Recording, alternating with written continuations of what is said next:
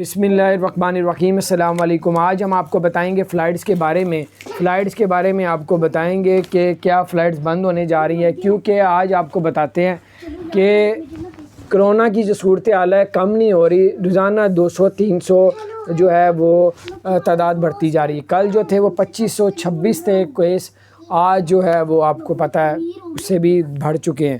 تو اب اس صورتحال کو دیکھتے ہوئے یو اے ای حکومت نے، دبئی حکومت نے کہا جو آپ ریپڈ ٹیسٹ اور پی سی آر ٹیسٹ کرواتے ہیں وہ اب دبئی بھی ایئرپورٹ میں بھی دیکھے جائیں گے۔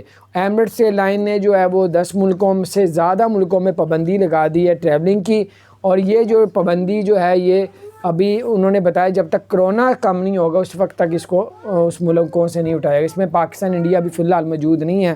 آپ لوگ ٹریول کر سکتے ہیں، ابھی بھی کر سکتے ہیں، اور ابھی آگے کا پتہ نہیں ہے کہ کیا ہونے جا رہا ہے۔ لیکن اسکولوں میں 2 ہفتوں کے لیے انہوں نے چھٹیاں دے دی ہیں، آن لائن کلاسیں گھر میں پڑھائی جا رہی ہیں۔